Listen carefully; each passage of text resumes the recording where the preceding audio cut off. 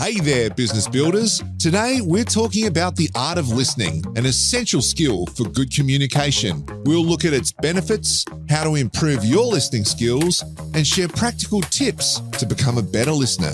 This episode has some great examples and straightforward advice that shows why listening is your most important communication tool in both work and life. Welcome to the Business Builders Podcast. We are your hosts. I am Brenton Gowland. And I'm Ron Tomlin. And Ron, we've started the Effective Communication series, which is really good. Our last episode was a bit of an introduction. And this episode, we're going to get stuck into listening and the benefits of listening, how to listen, tools for listening, some majorly important stuff.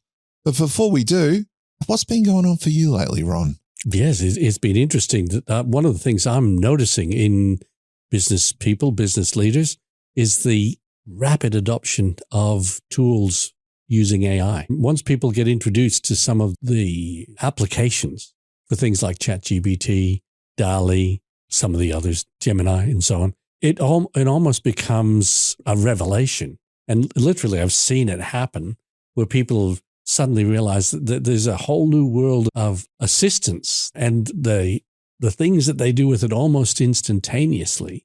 People are, in some respects, becoming reliant on it more so than they have with software packages ever before. Gee, that's interesting. I think I became reliant on it as an assistant really early on. When I say really early on, I'm talking about 3/ more years ago. But yeah, I can see that completely. And I can see the way AI is getting into businesses and so forth, but it's interesting. I think we'll also find the limitations of AI as we go forward as well. And that might be a strange comment to make, but I've seen it in some of the things we've been building. Like we were building a privacy policy for a finance company the other day that has to go online. And the privacy laws, particularly in the European Union, and that group of countries, including the UK and the EEA, the European Economic Area, I think it's called, which includes a couple of other countries that aren't exclusively in the EU, about 28 countries in all. Wow. March 5th this year, Google apparently has stopped collecting data from them unless you have their express permission, which by law, and I think it's called the GDPR, General Data Protection Regulation. In the EU. We were creating a privacy policy for Australia. And in the past, it's been pretty simple, but ChatGPT would go so far, but it would not compile a document for me. And I ended up asking it, why have you not done this? And it basically said to me, because of the complexity of the laws involved in the EU, in California, in Australia, and now we're doing a global policy here, I can give you advice, but you have to go see a lawyer. And I was like, I haven't seen this before in ChatGPT. My point is it'll be interesting to see how that develops. So very much like you said, AI is an assistant, but there's going to be limitations. I don't know if it's limitations. I think we're right at the early days because I think it's like us, right? So if I'm an assistant, I can be a general assistant to people. As soon as I start giving legal advice, I make myself liable, don't I? That's right. That's exactly right. Any advice, really, you're liable. But particularly legal advice when you're not a lawyer, even if you are a lawyer. So that's one avenue where I see ChatGPT not having limitations, but having guide rails put in. And I think over the course of doing normal work, we'll see a lot more guide rails establishing how we use AI. So I just think it's really interesting. And it might be worth us, because if you're new to the show, Ron coaches CEOs and has a number of groups where he brings CEOs together for roundtables where they coach each other. It'd be really great as part of our series on effective listening, just to get updates with what you're hearing from other business leaders. And I get out and about a bit so I can bring some information. But I think for me, that seeing that limitation with GPT and understanding how to work with that, which I can talk about on another episode, I think that's really useful. Oh, I think what I'm seeing is that people are quite startled at first at how much it can do, but there's a lot of hype out there as well. Oh, yeah. And they start to realize that, like using software programs, like using any type of technology, you have to put some effort into learning how to use it. Once you do, it can be very effective, very helpful. but it's not instantaneous and it's not magic. It's a learned skill.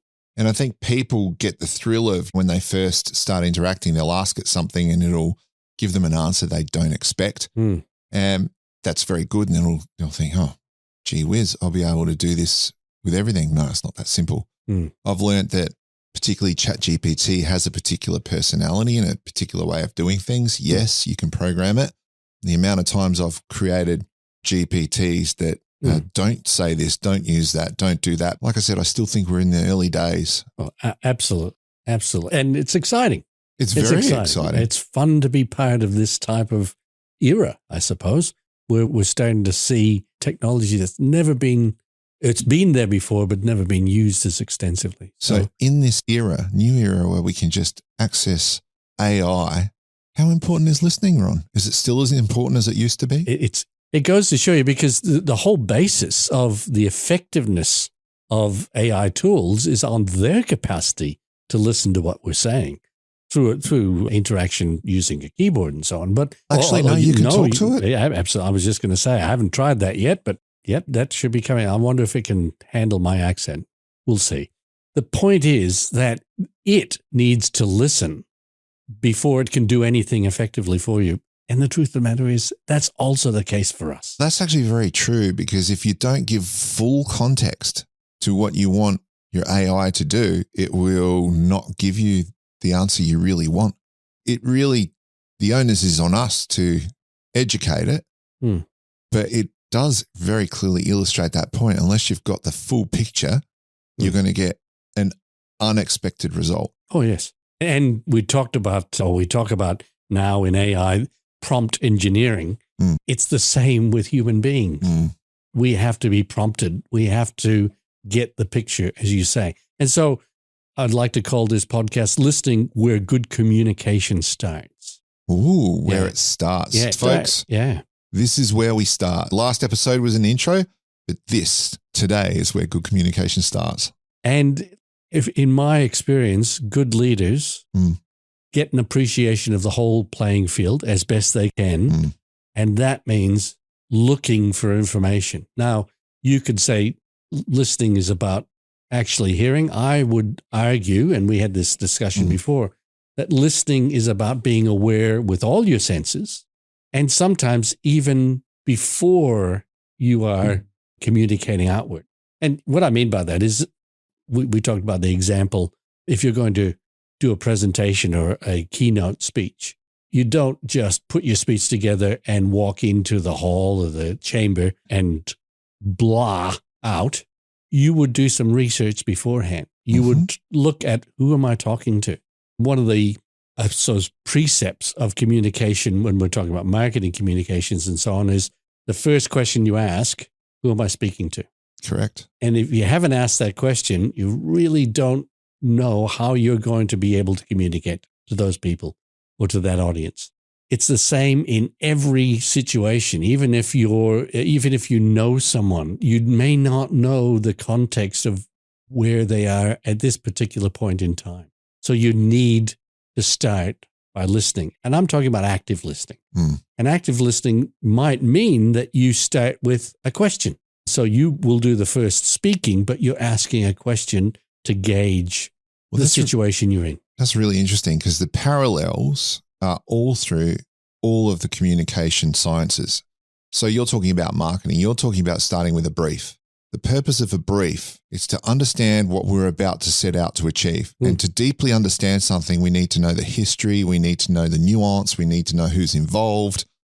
That's the brief. And through so many different professional practices, they all start with a brief, because unless we know the context of what we're about to do, the history, where we're going to go, you make poor decisions. And so in understanding active listening and leadership, as you're talking about, if we want to be effective communicators, we got to start with forming that brief in our own minds. It's like with the AI, we got to have the full picture. So yeah, it makes perfect sense what you're saying. Well, I often talk to people about writing a proposal, and they will talk about using standard formats and so on, which is fine.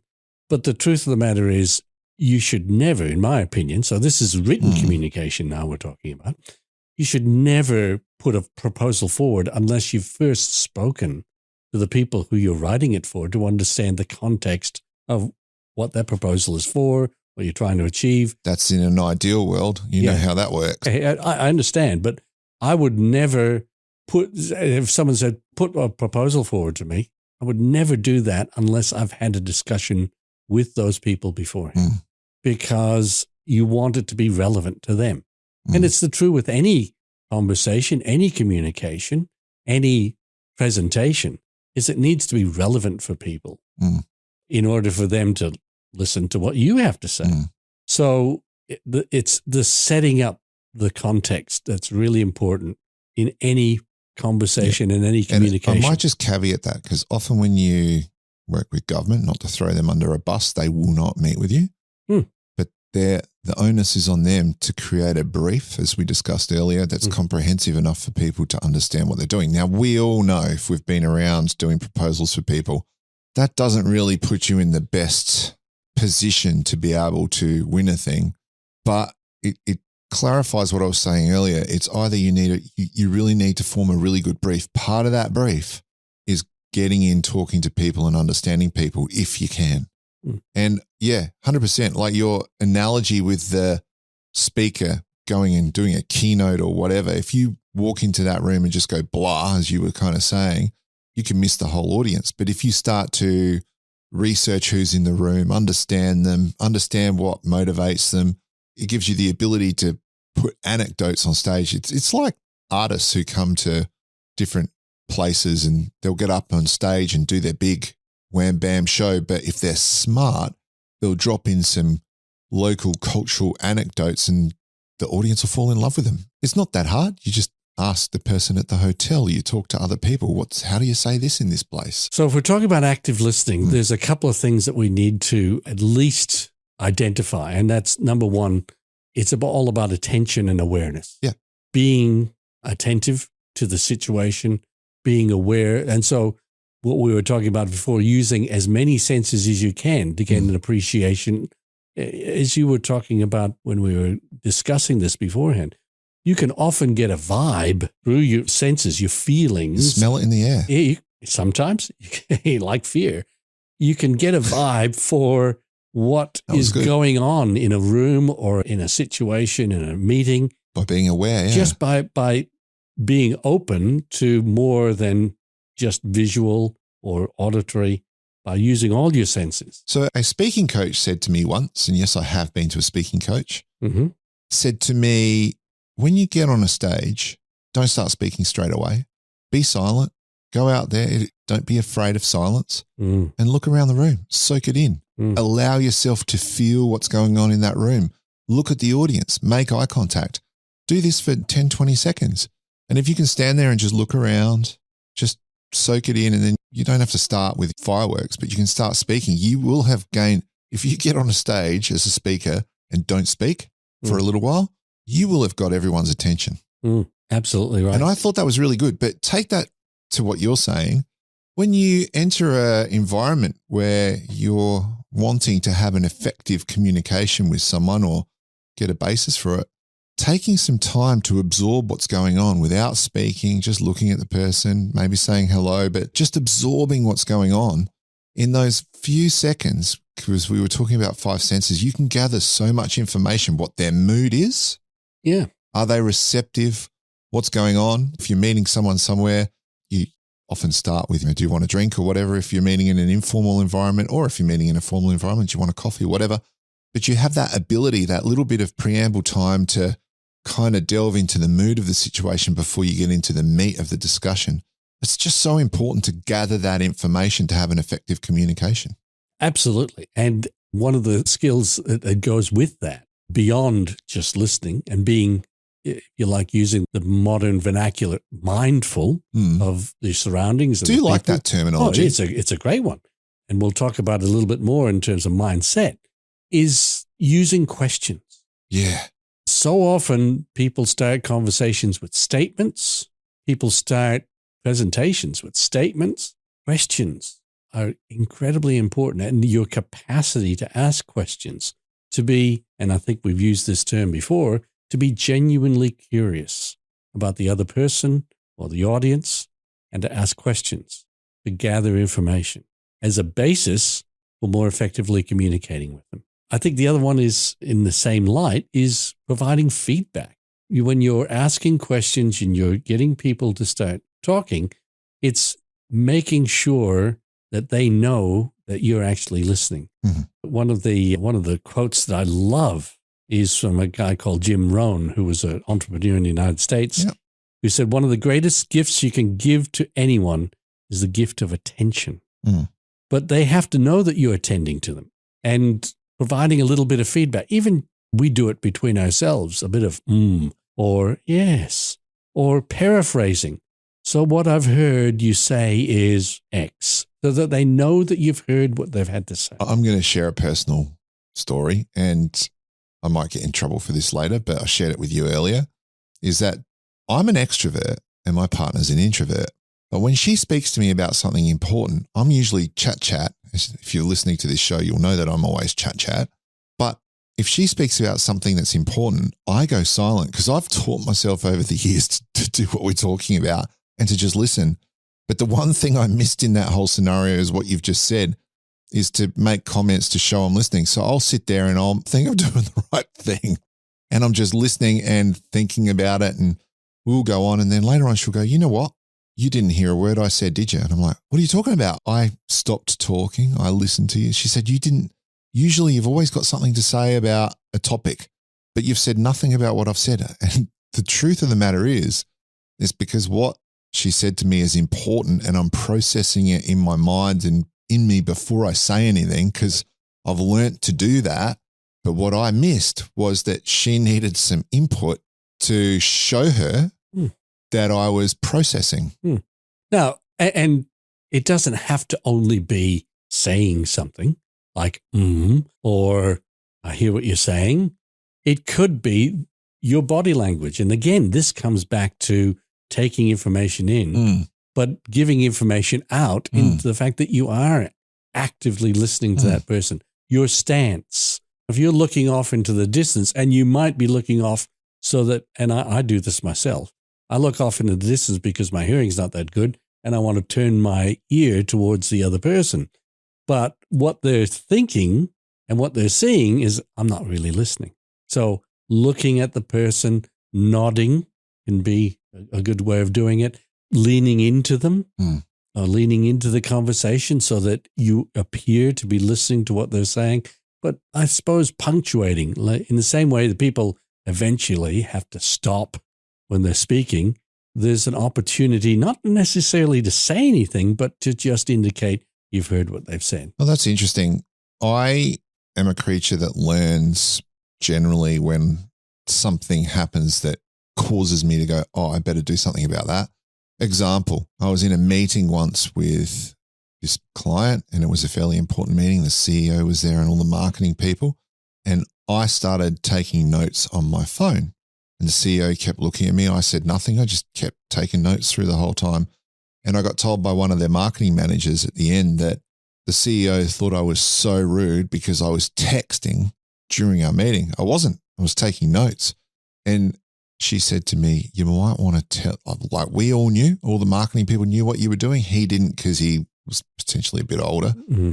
She said, just say in the future, just say, look, does anyone mind? I'm just taking notes on my phone. Absolutely. So religiously, ever since that happened, because I was mortified, I have said to people, look, it might look like I'm texting, but I'm just taking notes. Is that okay with everyone? Absolutely. And in the same vein, like what I'm learning with my partner is that I need to make comments so that she knows I've connected with what she's been saying. So again, I'm a creature of learning.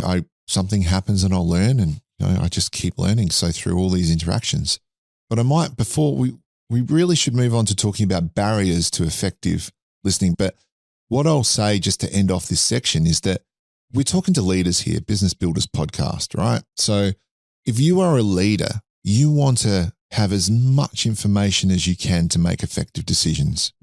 And pretty much every good leader that I've come across does that. What that means in a context of communication is asking questions, listening, absorbing, so that you can get as much information before either you make judgments or you make decisions. So that's what we're talking about here. Understanding that active listening, which is what we're talking about, sets the foundation for effective communication. It's the basis for any type of relationship, good communication. And when you think about building trust and respect with other people, it comes down to them understanding that you care about what they think. Yeah. I think it was Theodore Roosevelt who came up with a line, people don't care how much you know until they know how much you care. True. And the only way they'll know how much you care is by listening, in my opinion. Yeah, so let's move on to barriers to effective communication. I think the first one is how you come into that communication, and it's your mindset.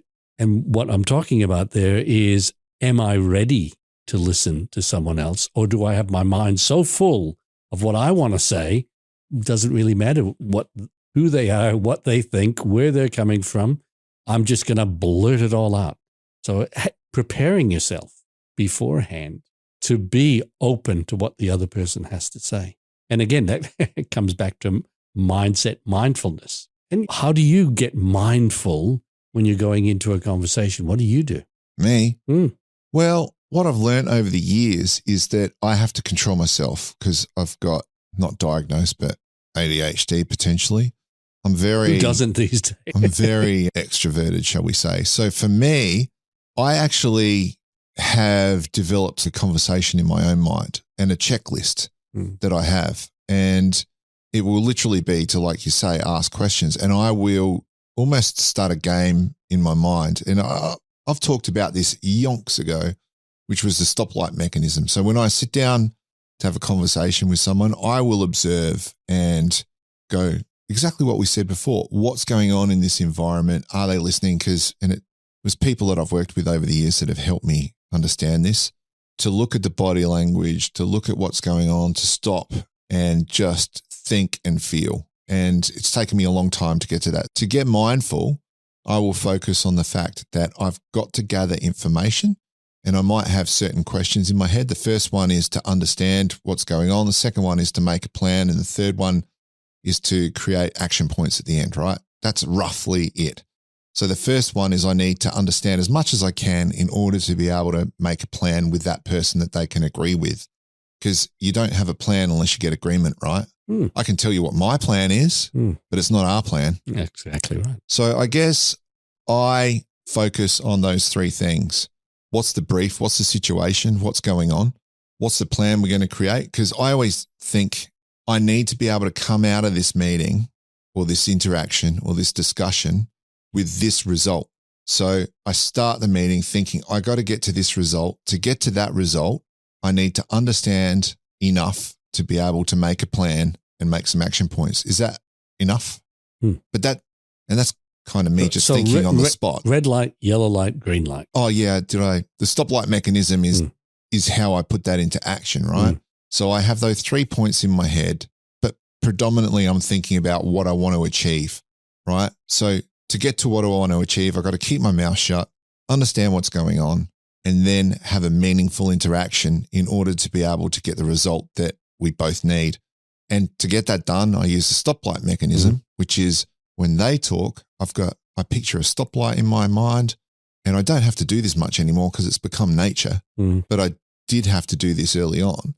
I would literally picture a red light in my head while that other person was talking. When they stopped talking, I would move to amber.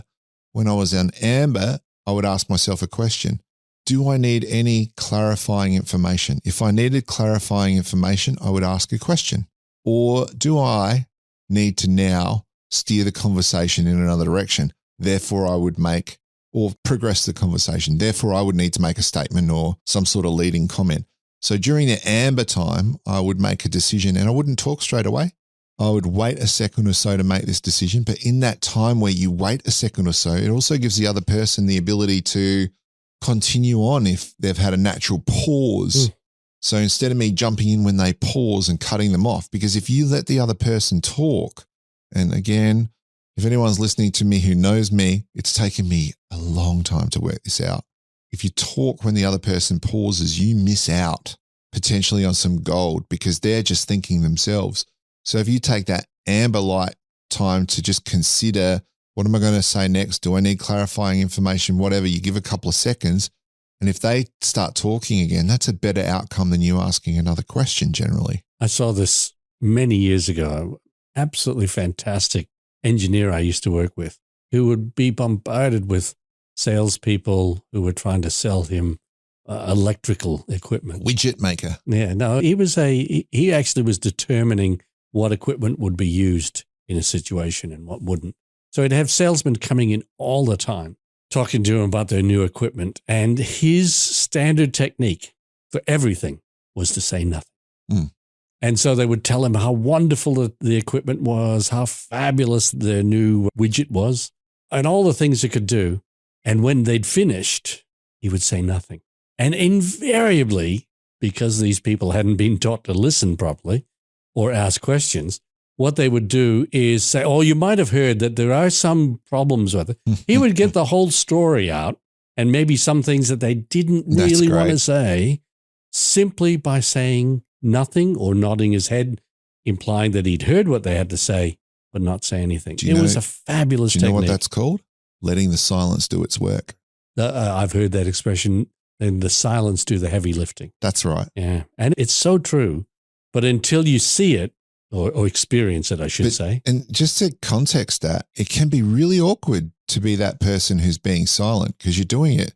There's a natural inclination to want to talk, but you only have to practice it a few times to realize it's actually a tool. Mm.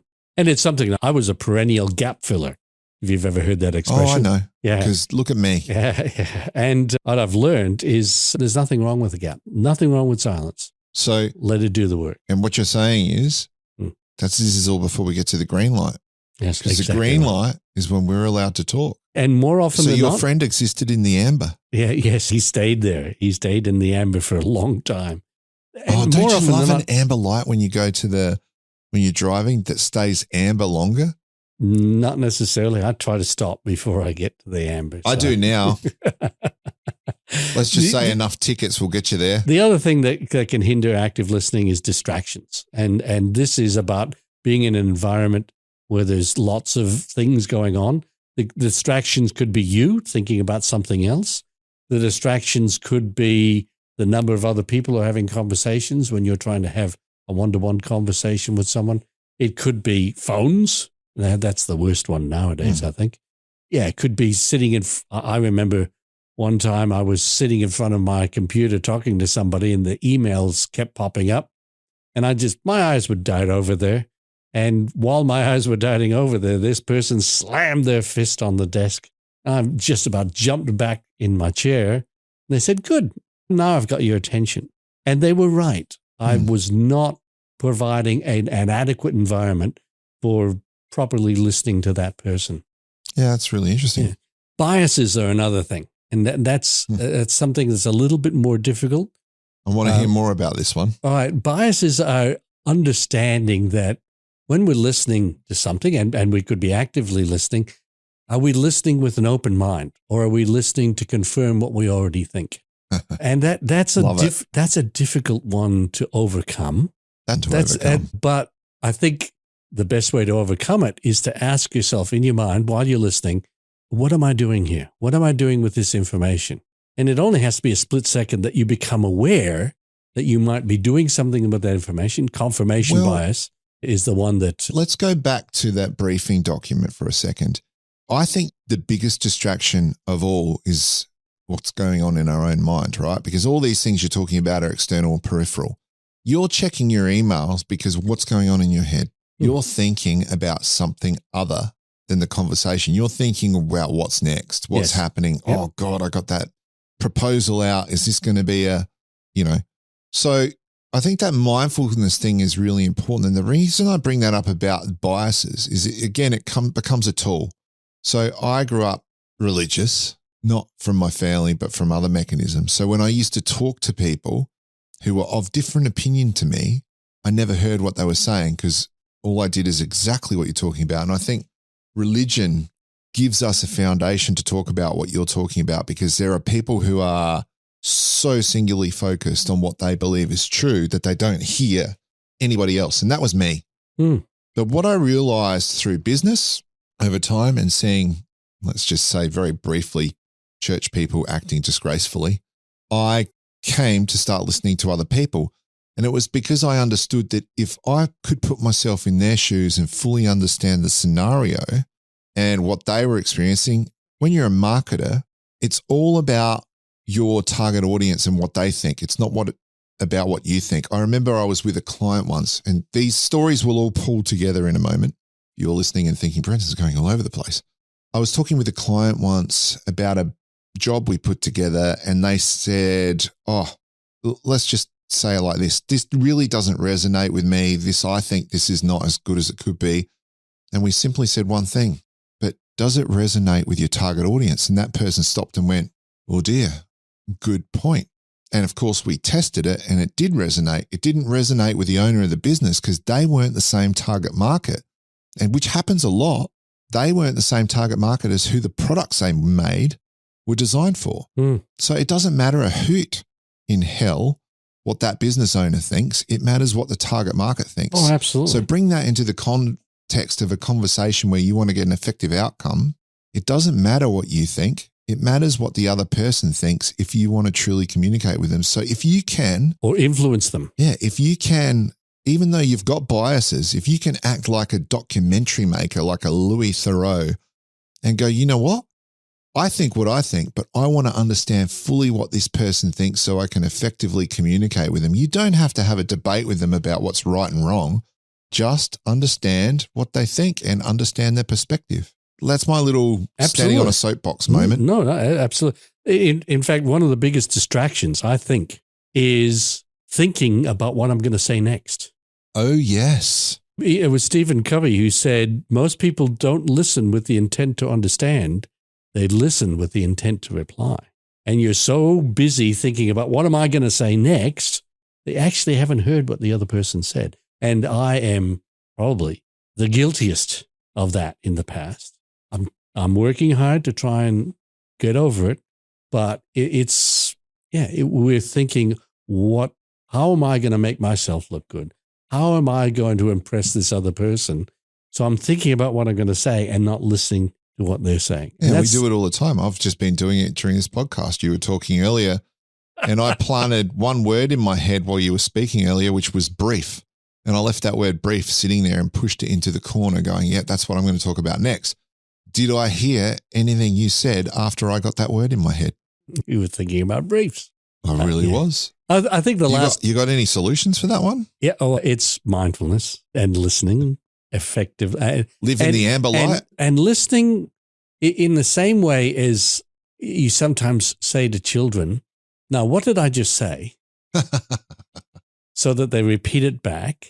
Think to yourself, I am listening with the intent of being able to paraphrase what that person says, not word for word, but paraphrase what that person said so that they know I'm listening, but so that I know I'm listening too. But that right there is a tool. Oh, it's a fantastic tool. Just think about how you treat yourself like you treat children. What did I just say? Well, what did that person just say? Be able to answer that question at any given time. Yep. So using paraphrasing is a great skill. I would also say, back to the stoplight mechanism, and I said this earlier, it's live in the amber light like your friend. You just let silence do the work. I know that's difficult for some people. Look, to be perfectly honest, sometimes I think he wasn't listening that much. He just knew that was a great technique. Yeah. Because I sometimes wonder whether, given the volume of people he had through his door, that he didn't just switch off and use that as a mechanism. But I can never say that for a fact. I remember working with this business leader once who was a lot like a robot, but when you would speak to him, there'd be these long silences after you'd finished speaking, and you could literally see him thinking. And I remember at the time I was like, God, would this conversation just hurry up? But I thought back years later and thought, boy, that guy really thought through everything he was going to say. And he did. He ended up being very successful. But I was just really impressed with that whole ability to do that. When I first started talking with him, though, boy, it annoyed me. Oh, yeah. And we're going to come across people who find maybe listening to be a little bit annoying. I resist the temptation to jump off the listening bandwagon and jump onto I'm just going to get this out there because I think it's the most important skill. So, Ron, how has focusing on listening skills and developing your listening skills affected your leadership?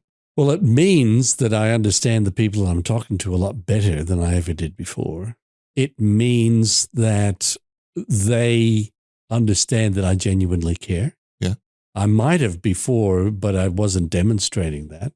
And it means that I'm more attuned to that person or that audience. And so my outward communication, my potential to influence them is a lot higher because I've understood their wavelength.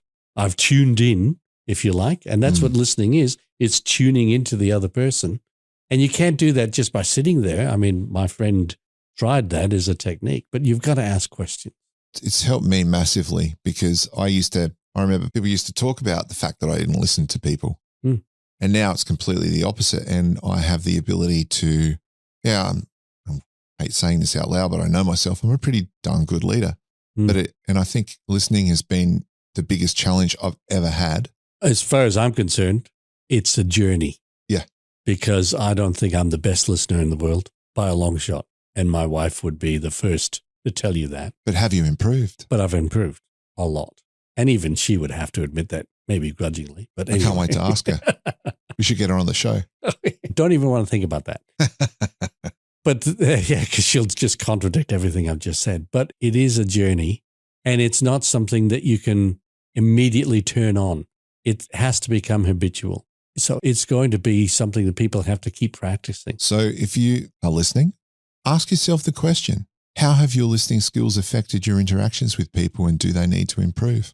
And while we're talking about that, we talked about a whole heap of practical tips. Do we just want to summarize what those were before we start getting towards the end of the podcast today? Yeah. I think number one is get good at questioning.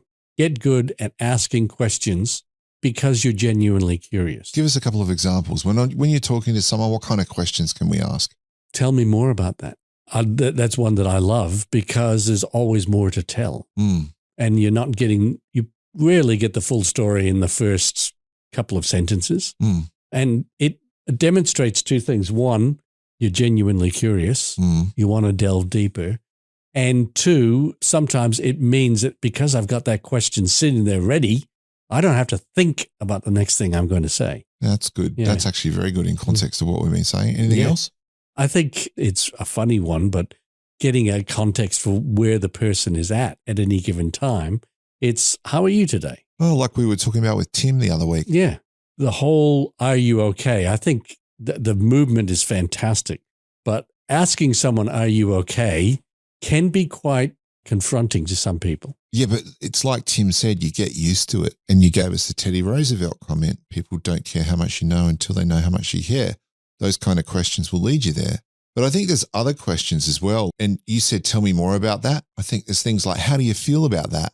What do you want to see happen? Yep. Those kind of questions. I think the great. feeling one is a fantastic one, especially, I hate to be sexist, but especially to men. Because they don't ask. But they don't think about their feelings very often. So if someone asked me, I'd be like, what do you mean feelings? I don't have any of those. Exactly what I'm talking about. But giving them an opportunity to reflect on what's going on for them at any given time. So tell me more about that. How do you feel about that? I love the question, what would you like to see happen? Those kind of questions. Because it's questions about opening up a subject. Like you said with the silence earlier, people tell you the whole story. You want to find out the good, the bad, and the ugly. You could ask questions like, I don't know what the context is. How do you think that could improve? It's these kind of questions. And we were talking earlier, there's books on the questions you can ask. Oh, absolutely. Okay. So that's one. More questions. Was there any other practical tips? I think preparing yourself to be curious, getting yourself into the right mindset for listening. Even if you're trying to influence someone else as the basis for what you're doing in a communication, I need to start this off by being curious and understanding them or understanding the context they're in order to get my message across. And like I said, for me, the way that happens is I've got a framework in my mind. I start out with what outcome do I want to get to?